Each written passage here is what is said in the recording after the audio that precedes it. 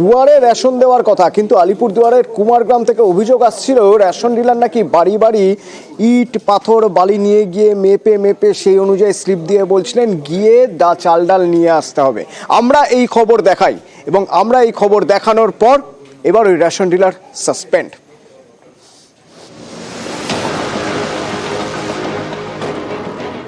সরকারি আইনের ফাঁক, ডিলারের অসাধু উপায়ে দুয়ারে রেশন থেকে বঞ্চিত গ্রাহকরা। আলিপুরদুয়ারের কুমারগ্রামে এলাকায় গিয়ে রেশনের বদলে ইট বালি পাথর ওজন করে স্লিপ। দোকানে গিয়ে এই স্লিপ দেখালে নাকি পাওয়া যায় রেশন। নিউজ 18 বাংলার খবরের জেরে এবার সাসপেন্ড ডিলার। ওটা আমরা অ্যাকশন নিয়েছি, অলরেডি ওই ডিলারকে সাসপেনশন করে দেওয়া হয়েছে। পাশের দোকানের সাথে সমস্ত বেনিফিশিয়ারিকে ট্যাগ করে দেওয়া হয়েছে যাতে ওখান থেকে তারা মালটা পায়। আর এর এগেইনস্টে কজ লেটার ইস্যু হয়েছে এবং আমাদের যা ডিপার্টমেন্টাল প্রসিডিং আছে সেই অনুযায়ী চলবে। কুমারগ্রামের লস্করপাড়া, এখানে ই পজ মেশিন ও দাড়িপাল্লা নিয়ে রেশন ডিলার যান গ্রামে, কিন্তু চাল ডালের বদলে ওজন করেন ইট বালি পাথর। ই পজ মেশিন থেকে বেরিয়ে আসা স্লিপ ধরিয়ে দেন গ্রাহকদের হাতে, বলা হয় দোকান থেকে রেশন নিয়ে আসতে। স্থানীয়দের দাবি এভাবেই দিনের পর দিন চলছে। সরকার তো নিয়ম করেছে যে আপনাদের বাড়ির সামনে এসে রেশন দিয়ে যাবে। আমরা বাড়ির সামনে পাই না, পান না? স্লিপ দিয়ে গেছে বলছে ওখান থেকে। আচ্ছা, স্লিপ যখন দেয় তখন তো জিনিস ওজন করলে পরে স্লিপ বের হয়। জিনিস ওজন করছে, পাথর দিয়ে ওজন করছে। কি দিয়ে ওজন করছে? পাথর। 7টা পর্যন্ত আমরা ওখানে রেশন দিয়েছি, দেওয়ার পরে পাল্লাটা একটু খারাপ দেখা দিয়েছিল। তো আবার ওটার দিকে আবার চাল দিয়ে ওজন করে দেখলাম যে পাথর দিয়ে ওজন করে দেখলাম যে ওজনটা মিলছে কিনা। ঠিক আছে, তো ওখানের বাসিন্দারা বলছিল যে ঠিক আছে আমাদের তাহলে স্লিপ দিয়ে দাও, আমরা পরে ওখানে গিয়ে মাল তুলে নেব। গত রবিবার এ খবর দেখানো হয় নিউজ 18 বাংলায়। এবার সাসপেন্ড সেই অভিযুক্ত ডিলার। ওটা আমরা অ্যাকশন নিয়েছি, অলরেডি ওই ডিলারকে সাসপেনশন করে দেওয়া হয়েছে, এগেইনস্টে কজ লেটার ইস্যু হয়েছে এবং আমাদের যা ডিপার্টমেন্টাল প্রসিডিং আছে সেই অনুযায়ী চলবে। আলিপুরদুয়ার থেকে রাজকুমার কর্মকার, নিউজ 18 বাংলা। পাকা ঘর নেই তাই পাত্রী জুটছে না। এবার এক বৃদ্ধ বিডিওর কাছে আবেদন করছেন আবাসের ঘর দিন যাতে বিয়ে করতে পারি। আমি বিয়ে করতে চাই, আমাকে আবাসের ঘরের ব্যবস্থা করে দিন। বয়স 60, এই বয়সে আবার বিয়ে করার ইচ্ছে, কিন্তু সেই ইচ্ছে পূরণ হচ্ছে না, কারণ বৃদ্ধের নাকি সেরকম কোনো ঘর নেই, তাই বিয়ের ফুল ফুটছে না। এই সমস্যা নিয়ে বিডিও অফিসে হাজির বৃদ্ধ। 60 বছরের বৃদ্ধের নাম আব্দুস শুকুর মোল্লা, মুর্শিদাবাদের বেলডাঙ্গার কাজী সাহার বাসিন্দা। প্যাকাটে দিয়ে ঘেরা তার ঘর, খড়ের ছাউনি, এটাই বৃদ্ধ আব্দুস শুকুরের ঠিকানা। আবাসের আবেদন করেও ঘর পাননি বলে অভিযোগ। এই ঘরেই দীর্ঘদিন রয়েছেন। গত অগাস্টে তার স্ত্রী মারা যান। বৃদ্ধ ফের বিয়ে করতে চান, কিন্তু তার প্যাকাটির ঘর, তাই নাকি পাত্রী জুটছে না। স্ত্রী মারা গেছে, তো আমাকে বিয়ে করতে হবে। আমার এই যে ঘর, এই দিকে আমাকে বিয়ে করছে না, কোনো মেয়েতে বিয়ে করতে চাইছে না। স্যার বলেছেন যে হ্যাঁ আপনার ব্যবস্থা করা হবে, এই কথা বলেছেন। আমি আবেদন করেছি। তাহলে আপনি বলতে চাচ্ছেন আপনার ঘর যদি পান তাহলে আপনার বিয়ে করা সম্ভব হবে? হ্যাঁ হ্যাঁ স্যার। আব্দুস শুকুর মোল্লা 60 ছুঁয়েছেন, 3 ছেলের বাবা, 2 নাতিও আছে।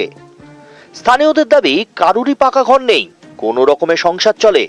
আবাসের ঘর খুবই দরকার। ঠিক দিক থেকে পিছিয়ে পড়া, এই মানে সমাজের দিক থেকে বলতে গেলে রেশনের মাল নিয়ে এসে এরা দিনটা কোনোরকমভাবে চালায়। যে একটু দুস্থ পরিবার, এদের সরকার এদেরকে দেখা উচিত স্পেশালি হবে, কারণ এদের পরিবারের মধ্যে অসহায় পরিবার গ্রামে অনেক আছে, এদের মতো অনেক আছে, কিন্তু এদের খুবই অচল অবস্থা। পড়শিরা বলছেন গরিব আব্দুস আবাসের ঘর পাক, কিন্তু তিনি তো ঘর চাইছেন দ্বিতীয়বার বিয়ে করার জন্য। আমার শ্বশুর খুব একা হয়ে গেছে, আমার শাশুড়ি মা মারা গেছে, আমার শ্বশুরের ঘর নাই, থাকার জায়গা নাই আমাদেরও। আমাদের বাড়িতেও হ্যান্ডিক্যাপ বাচ্চা আছে, আমরাও থাকতে পারি না, তাই তো আমার শ্বশুরকে ভালো করে দেখাশোনা করতে পারি না আমরা। আমাদেরও ঘরের দরকার, আমার শ্বশুরেরও ঘরের দরকার। ওনার যদি বিয়ে করতে ইচ্ছা হয় তার বিয়ে দিতে হবে, আমার দিতে হবে। যে ঘর দিয়ে না বুঝতে পারছেন না, ঘর দিয়ে নেই, তার জন্য হয়তো বিয়েটা হচ্ছে না। তো ঘর পেলে তাহলে বাবার বিয়েটা হবে তাহলে আবার? ঘরটা হোক আগে, তারপর বিয়ে হবে। বৃদ্ধ আব্দুসের দ্বিতীয় বিয়েতে ছেলে কিংবা ছেলের বউয়ের কোনো আপত্তি নেই। বৃদ্ধের বিয়ের পথে কাঁটা ঘর, এই সমস্যা সমাধানে বিডিও অফিসে ছুটেছেন আব্দুস শুকুর মোল্লা। বিডিওকে বলেছেন, আমি বিয়ে করতে চাই, আমাকে আবাসের ঘরের ব্যবস্থা করে দিন। লিস্টের নাম নেই, আমি বলেছি যে যেহেতু আমার বাড়ি নেই এবং সার্ভে লিস্টের নাম নেই, তো এই সার্ভে লিস্টের নাম তোলার জন্য আবেদন করতে বলেছি। আবেদন দিয়ে জানি, উনি পরে কথা বলবেন বলেছেন। আবেদন দিলে আমরা দেখে নেব। মুর্শিদাবাদ থেকে প্রণব বন্দ্যোপাধ্যায়, নিউজ 18 বাংলা।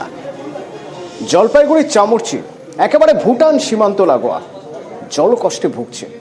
বছর তিনেক আগে জনস্বাস্থ্য কারিগরি দপ্তর উদ্যোগ নিয়েছিল এই গ্রামে জল পৌঁছানোর, কিন্তু এখনও এই গ্রামের মানুষের ঝর্ণার জলই বড় ভরসা।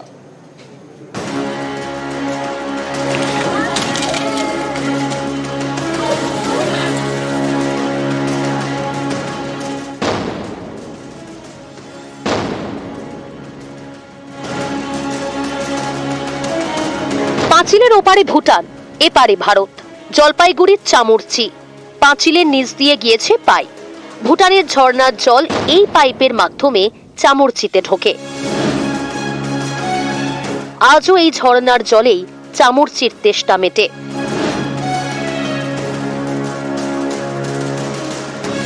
ভুটান সীমান্ত লাগোয়া চামুরচি, এখানে দীর্ঘদিন ধরেই জলের কষ্ট। এই সমস্যা মেটাতে তৎপর হয় জনস্বাস্থ্য কারিগরি দফতর। 2021 সালে চামুরচিতে জলের রিজার্ভার এবং পাম্প হাউস তৈরির কাজ শুরু হয়। স্থানীয়দের অভিযোগ, সেই কাজ চলছে অত্যন্ত ঢিমে তালে। মাঝপথে কাজ বন্ধ করে দেন ঠিকাদার, পরে আবার কাজ শুরু হয়, কিন্তু আজও তা শেষ হয়নি। দেখতে দেখতে 3 বছর কেটে গেল, ফলে জলের সমস্যাও মেটেনি। চামুরচির ডিপা লাইন, সেরা লাইন, তেলিফাটক চেকপোস্টের বাসিন্দাদের আজও তেষ্টা মেটাতে হয় ভুটানের ঝর্ণার জল খেয়ে। বর্তমানে আমাদের এই এরিয়াতে ভুটানের উপর ডিপেন্ড করতে হচ্ছে। ওখানটায় যে ঝর্ণার জল আছে, ঝর্ণাতে গিয়ে পাইপলাইন করা হয় ইন্ডিয়া থেকে, গিয়ে ওখানে প্রশাসনের সাথে পারমিশন নিয়ে ওই জলটার উপর ডিপেন্ড করে। যদিও জলটা খুব ডলোমাইট মিশ্রিত জল, যেটা মানুষের স্বাস্থ্যের পক্ষে খুব ক্ষতিকারক। ভুটান সীমান্ত এরিয়া সমুদ্র দেখার দায়িত্ব হচ্ছে কেন্দ্রীয় সরকারের।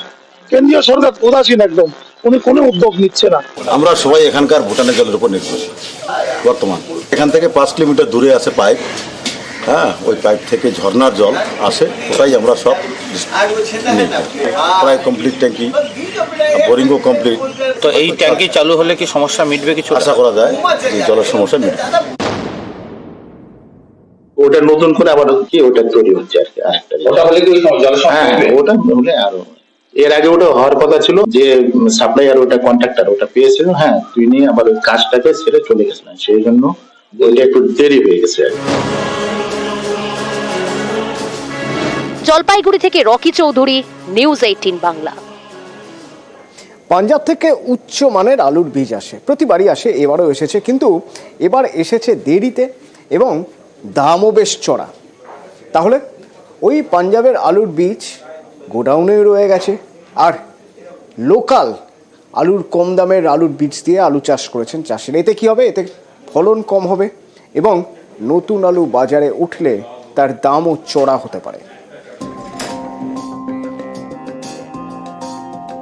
নভেম্বরের শেষ থেকে শুরু হয়েছে আলুর চাষ। পশ্চিমবঙ্গের কৃষকদের বড় ভরসা পাঞ্জাব থেকে আসা আলু বীজ।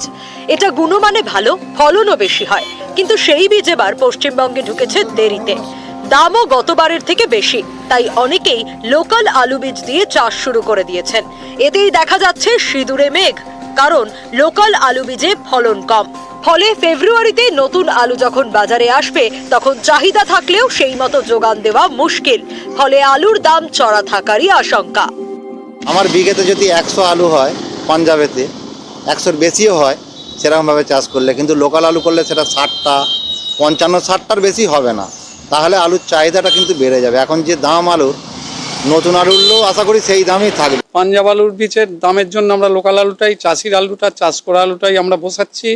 সেই আলুটাই আমরা বসিয়ে সেই আলুটার ফলন 50% কম হবে। আগামী বছর আবার যেমন খোলা মার্কেটের দাম যেমন উঁচু থাকবে, মানে দাম বাড়বে। হ্যাঁ, মানে খরচ হিসেবে দামটা অনেকটাই বাড়ার সিদ্ধান্ত থাকছে।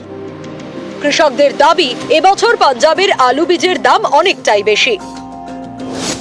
এক বস্তার দাম 3 থেকে 4 হাজার টাকা, গতবার ছিল 2 হাজার টাকার মধ্যে। এই কারণে অনেকেই লোকাল আলু বীজ দিয়েই চাষ করছেন, তাই পাঞ্জাবের আলু বীজের বাজার ধাক্কা খেয়েছে।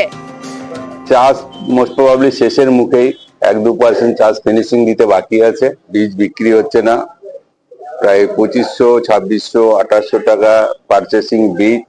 এর মূল কারণ হচ্ছে পাঞ্জাবিরা পয়সা নিয়ে মাল ঠিক মতো ডেলিভারি টাইমে দেয়নি বলেই সব বীজ ব্যবসায়ীরা আজকে বিপর্যস্ত। আলুর ভালো মান এবং ভালো ফলনের জন্য ভরসা পাঞ্জাবের বীজ, কিন্তু এই নির্ভরতা আর কতদিন? রাজ্যে পশ্চিম মেদিনীপুরে আনন্দনগর বলে এক ইয়ে আছে, আনন্দপুর, ওখানটায় আমরা করছে গভর্নমেন্ট থেকে বীজ তৈরির উদ্যোগ নেওয়া হয়েছে এবং হচ্ছেও। নিউজ 18 বাংলা।